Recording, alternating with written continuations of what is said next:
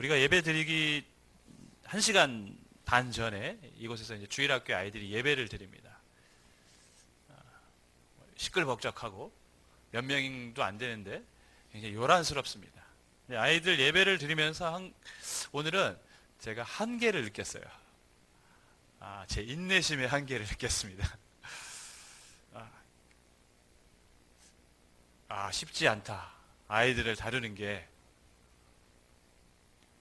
그러면서 제 능력의 한계도 느끼게 되더라고요. 나는 도저히 이 아이들을 좀 감당할 수가 없다.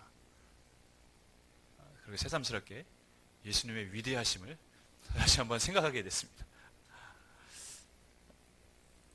아이들을 위해서 우리가 어제도 토요일 날 행사를 하고 아이들을 이렇게 불러 모으고 뭔가 만들기를 했어요.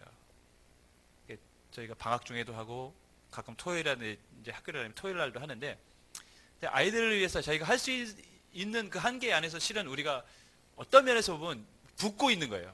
실은 계속 재정을 붓고 있고 아이들을 향해서 최선의 노력을 나름대로는 하고 있는데 보면서 과연 이 아이들이 변화될 수 있을까? 오늘 보는데 그런 막 마음이 드는 거예요. 과연 이 아이들이 달라질 수 있을까? 그러면서 심한 제 안의 그 한계, 능력의 한계와 인내심의 한계와 부족함들을 절실하게 느꼈어요. 그러면서 지난주 말씀이 생각났습니다. 끝까지 누군가를 사랑한다라는 것은 정말 쉬운 일이 아니구나. 누군가를 끝까지 사랑한다라는 거 아무나 할 수 있는 일이 아니라는 것을 다시 한번 제가 오늘 아이들을 보면서 느꼈어요. 지난주 한 주 그래도 내가 아이들에게 인내하고 참아줘야지 이런 마음이 있었는데 한 주 만에 그 마음과 생각이 좌절로 바뀌게 됐습니다. 예수님은 제자들을 사랑하시되 끝까지 사랑하셨다고 요한복음 13장 1절에서 말씀하고 있습니다. 예수님은 유다가 돈을 받고 예수님을 팔 것을 알고 계셨습니다. 베드로가 예수님이 잡히시는 날에 3번이나 예수님을 부인할 것도 알고 계셨습니다. 그럼에도 불구하고 예수님은 그 제자들을 품으셨고 제자들을 향한 끈을 놓지 않으셨습니다. 끝까지 그들을 사랑하셨습니다. 예수님은 하나님이신데 피조물의 형상을 입고 이 땅에 오셨습니다. 하나님이 인간이 되신 것입니다. 어쩌면 예수님의 이 공생의 기간은 예수님 입장에서는 가장 견디기 힘든 시간이었을 수도 있습니다. 왜? 하나님이 피조물의 몸을 입고 이 땅에 와서 계셨기 때문이죠. 우리가 하루만 강아지로 살라. 강아지 요즘 대우받으니까 다른 쥐로 살라. 이러면 살 수 있을까요? 하루는 어떻게 견딜 수 있겠지만 하나님이 피조물의 형상을 입고 이 땅에 오셨습니다. 견디기 힘든 그런 어떤 면에서는 시간들이었을 것입니다. 그런데 이제 그 시간을 마치고 하늘로 다시 영광의 자리로 돌아가게 됩니다. 예수님의 기분이 어떠셨을 것 같습니까? 저는요, 말씀을 준비하면서 제가 군대를 제대하는 날을 한번 생각해 봤어요. 제가 군대를 제대하는 날 너무 기뻐가지고, 원래 군인들은 이렇게 다 인식표, 군번줄이라는 게 있어요. 왜냐면 그 사람이 전시에 죽었을 때 그 사람이 누구인지를 식별하기 위해서 군번줄을 메고 있는데, 그러니까 각자 자기를 나타내는 군번줄, 인식표가 있어요. 근데 그 인식표를 막 이렇게 돌리면서 너무 신나가지고 이제 끝났다 이거 필요 없다 이거 전쟁에서 죽을 일 없다 이러면서 기뻐가지고 막 나왔어요. 여러분 제가 왜 그렇게 기뻤을까요? 군생활은 저에게는 의무였던 것이죠. 나라에서 가라고 했기 때문에 간 거지 제가 거기 있고 싶어서 있었던 건 아닙니다. 근데 그 시간이 맞춰졌으니까 이제 해방감을 느낀 거예요. 다 끝났다는 것이죠. 그래서 기뻤습니다. 그런데 예수님의 모습을 보면 예수님 끝까지 제자들을 향해서 안타까운 마음을 갖고 계십니다. 자기가 떠나가는 그날까지 이제 끝났다, 후련하다, 다 했다, 그런 마음이 아니셨다라는 것이죠. 그것을 보면 예수님이 이 땅에 오셨을 때 어떤 마음으로 오셨는지를 우리가 알 수 있습니다. 예수님은 의무감으로 오신 게 아니에요. 사명감 때문에 오신 게 아닙니다. 하기 싫은 일을 아버지께서 시키셔가지고 오신 게 아니에요. 예수님은 이 땅의 사람들을 사랑하셨기 때문에 오신 것입니다.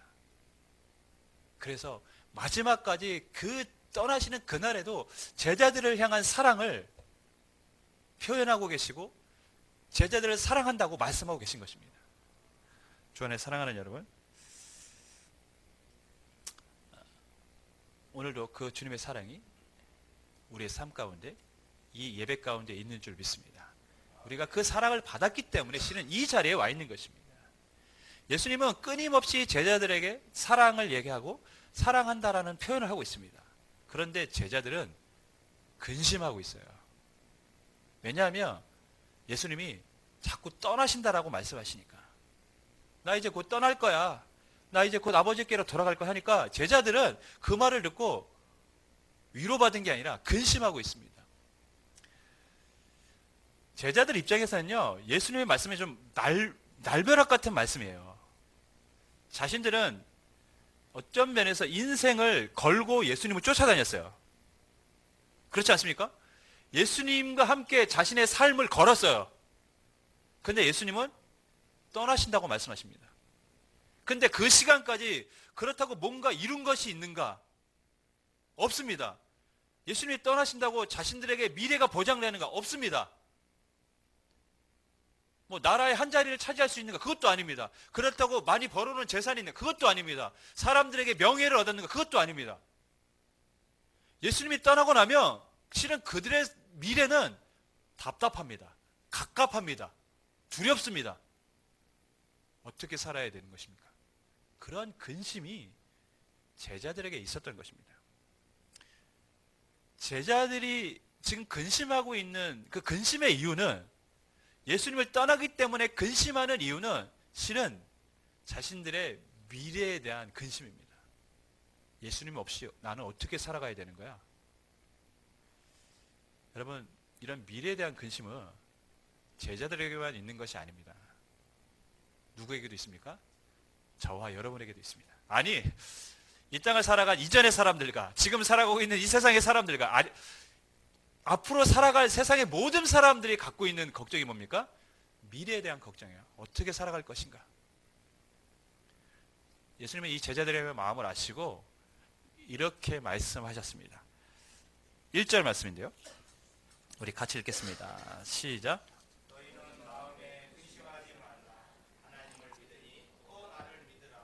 예수님은 근심하지 말라. 하나님을 믿으니 나를 믿으라. 이렇게 말씀합니다. 근심하지 마. 날 믿어. 이런 뜻이에요. 그런데 제가 제자들이라면 참 야속한 말씀일 것 같아요. 또 뭘 믿으라는 겁니까? 본인은 떠난다고 말씀하시면서 날 믿으래요. 나 이제 아버지께로 갈 거야. 하지만 두려워하지 말고 날 믿어. 뭘 믿으라는 겁니까? 본인은 떠나면서. 예수님은 자신이 떠난다고 하는데 믿으래요. 그러면서 근심하지 말라요. 제자들 입장에서 보면, 아니 본인은 떠난다고 하시면서 자꾸 뭘 믿으라고 하는 걸까? 이런 생각이 들 것 같습니다. 오늘 요한복음 14장에는 예수님이 무엇을 믿어야 되는지, 왜 근심하지 말아야 되는지에 대한 두 가지 이유를 우리에게 가르쳐주고 있습니다. 2절, 3절 말씀 같이 읽겠습니다. 시작.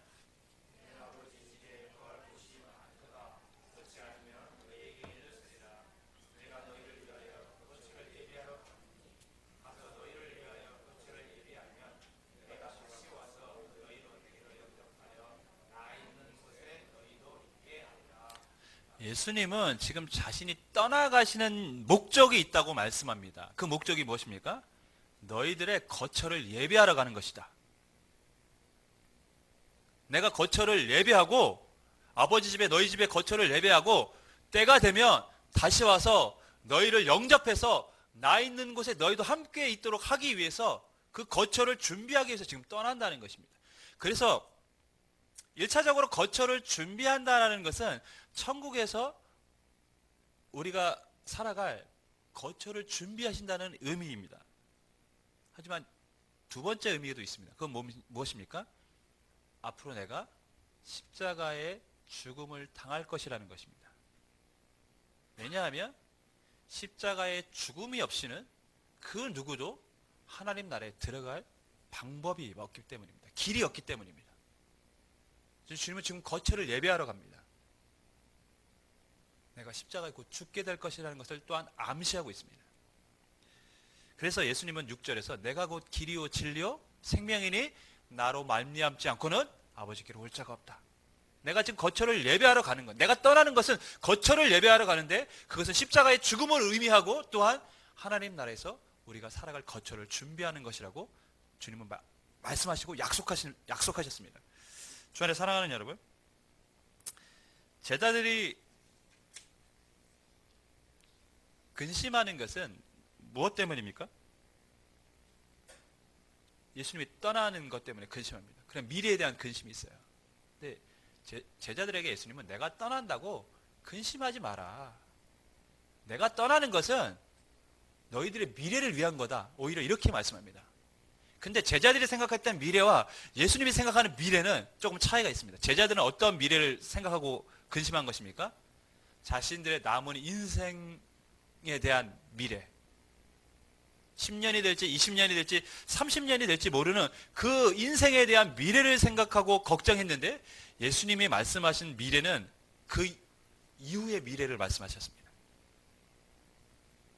앞으로 살아갈 하나님 나라에서의 삶을 너희를 위해서 내가 준비하러 간다는 것이죠. 제자들은 현실적인 미래를 걱정했다면 예수님은 영원한 미래를 준비하신다고 지금 제자들에게 약속하시고 또 그렇게 제자들에게 그것 때문에 믿고 두려워하지 말라고 말씀하신 것입니다. 결국 예수님은 너희들에게 천국이 준비되어 있다. 그러니 미래에 대한 근심하지 말고 살아라. 이렇게 말씀하신 것입니다. 불교에는 찰나라는 시간이 있고 겁이라는 시간이 있어요. 찰나는 우리가 잘 아는 것처럼 매우 짧은 시간을 찰나라고 얘기합니다. 겁은 반대로 아주 오래된 시간, 그래서 겁이라고 합니다. 불교 경전에 의하면 찰나는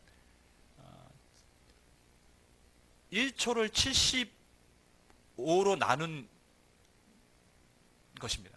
그러니까 75분의 1초를 찰나라고 이야기합니다. 또 다른 설에 의하면 무척 힘이 센 사람이 손가락 한번 딱 튕기는데 이 순간이 65찰나라고 합니다. 그러니까 이게 65찰나가 지나간 거예요. 엄청 빠른 시간이죠.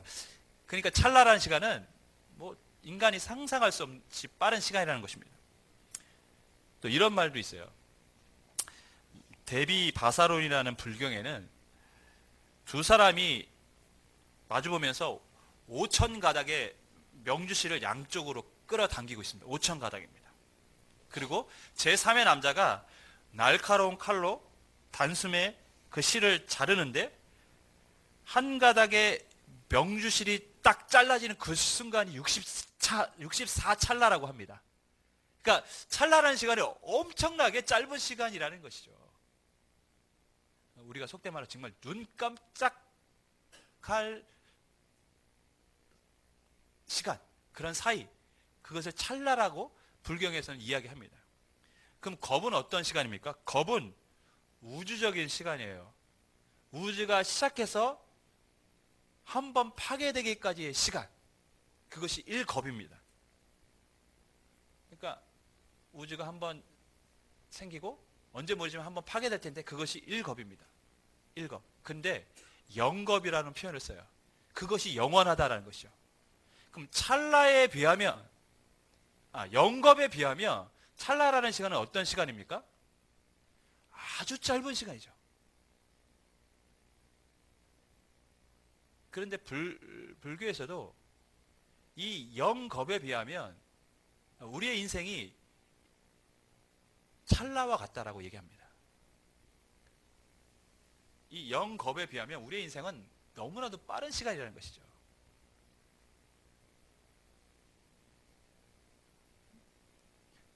이런 이야기도 있어요. 재밌는 비유인데요.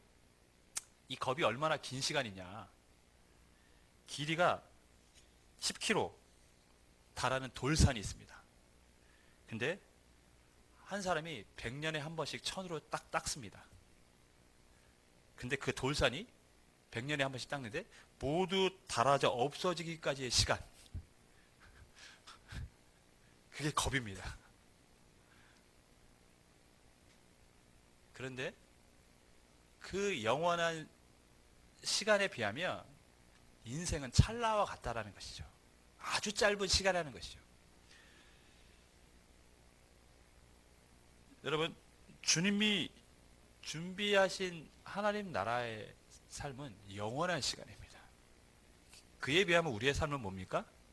찰나와 같은 시간입니다. 눈 깜짝할 만한 시간이죠. 그런 짧은 시간을 우리는 살아가고 있습니다. 제자들은 자신들이 걱정하는 미래가 이런 찰나에 대한 시간들이었어요. 10년, 20년, 30년에 대한 걱정들. 그러나 예수님은 내가 너희를 위하여 영원한 미래를 준비하고 영원히 살아갈 거처를 준비하신다고 말씀하고 계시고, 그것 때문에 걱정하지 말라, 근심하지 말라라고 도전하신 것입니다. 여러분, 우리가 이 짧은 생애를 살아가는 동안에 집을 걱정합니다. 그죠? 살아갈 집을 걱정합니다. 전세 기간이 만료되면 2년마다 집을 옮겨야 되는 상황도 있습니다. 그러나 영원히 살아갈 그 하나님 나라에서는 집 걱정을 할 필요가 없어요. 왜 그런지 아십니까? 예수님이 우리가 살아갈 거처를 준비하러 가셨기 때문입니다. 할렐루야. 그래서 근심하지 말라라는 거예요. 이 땅의 삶에 대해서.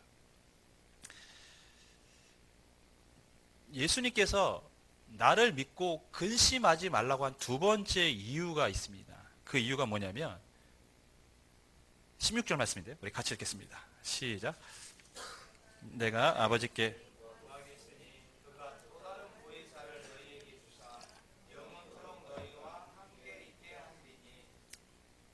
또 다른 보혜사라는 말은 나 말고도 나와 같은 보혜사를 보내신다는 거예요. 성령님을 보내신다는 의미입니다. 그러니까 예수님이 첫 번째 보혜사라면 또 다른 보혜사 성령님이 오셔서 이제는 너희와 영원히 함께할 것이기 때문에 근심하지 말라라는 것입니다. 여러분, 이런 의미입니다. 예수님은 제자들에게 첫 번째로 너희들에게 하나님 나라 천국이 준비되어 있다. 그러니 근심하지 말라는 것입니다. 하지만 이 땅을 살아가는 동안에 그럼 제자들 혼자 살아가라고 방치하고 계시냐? 그게 아니라는 것이죠.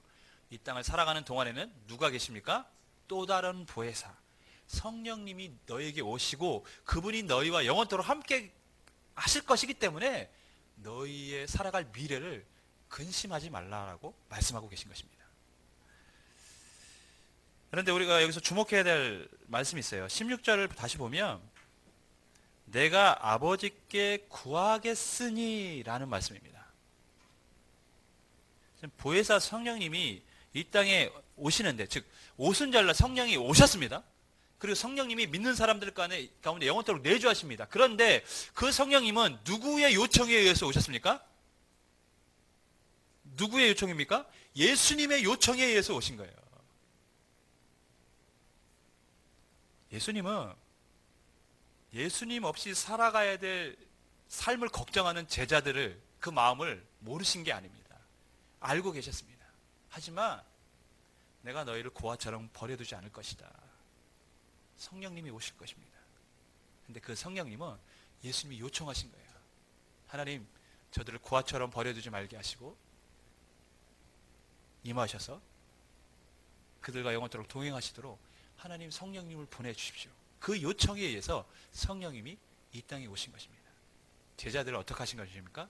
마지막 떠나시는 그 순간까지 제자들을 사랑하시고 제자들을 향한 마음을 놓지 않으시는 예수님의 모습을 우리가 오늘 성경을 통해서 발견할 수 있습니다. 여러분, 한 여인이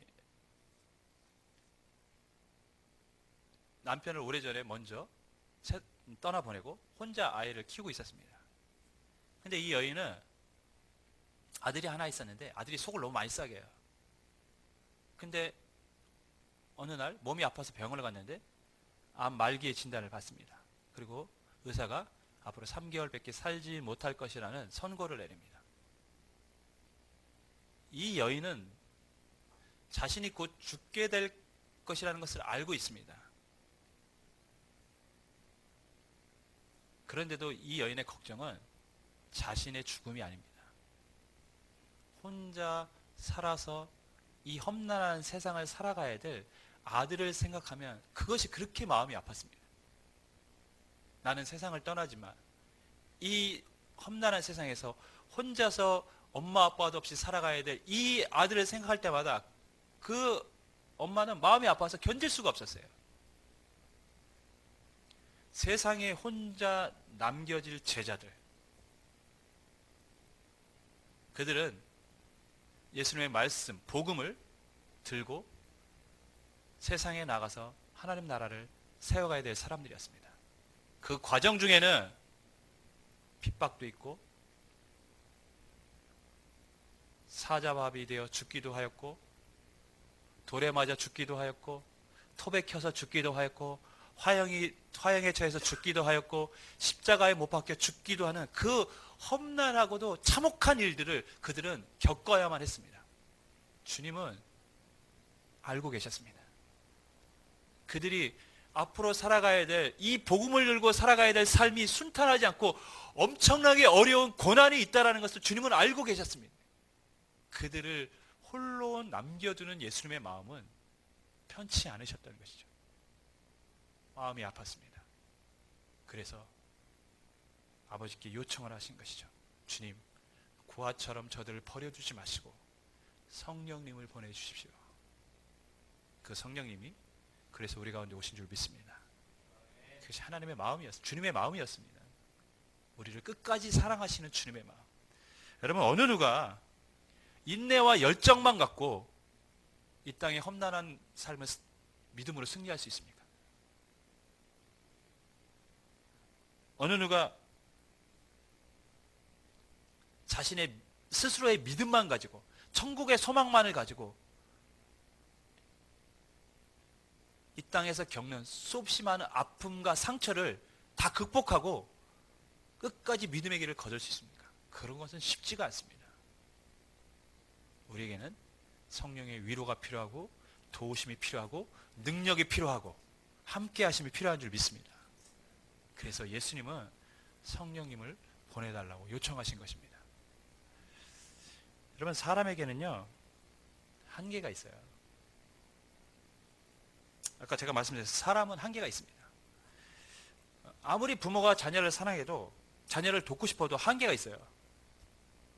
경제적인 한계가 있습니다. 육신적인 한계가 있습니다. 무엇보다도 시간의 한계가 있습니다. 부모님들은 언젠가는 다 세상을 떠날 사람들입니다. 자녀들과 함께 영원히 살 수가 없어요. 한계가 있어요, 사람은. 그러나 성령님은 한계가 없으신 줄 믿습니다. 그분은 영원토록 우리와 함께 계십니다. 여러분, 우리가 지금 근심하고 걱정하는 것들은 무엇입니까? 무엇을 근심하고 계십니까?